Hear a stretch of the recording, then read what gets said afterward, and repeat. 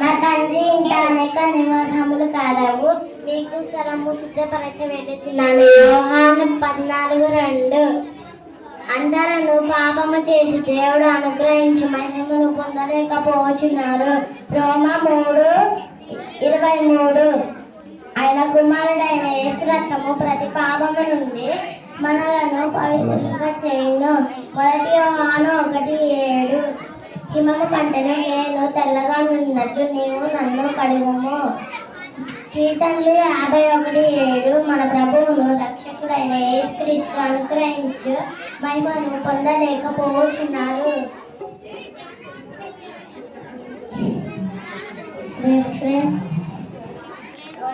2 పేతురు 3:18.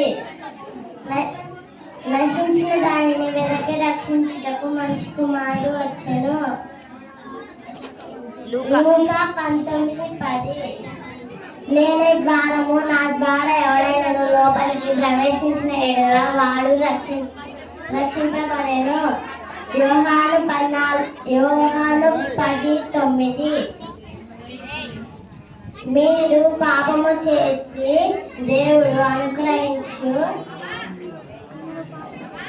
మీరు విశ్వాసం ద్వారా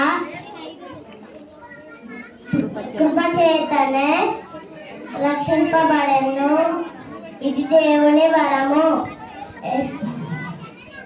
ఎఫెసీ 2:8. నేను మీ పాపములు తుడిచివేయబడి నిమిత్తము మీ మారు మనసు పొంది తిరుగుడి. అపొస్తలుల కార్యములు 3:8. క్రీస్తునందు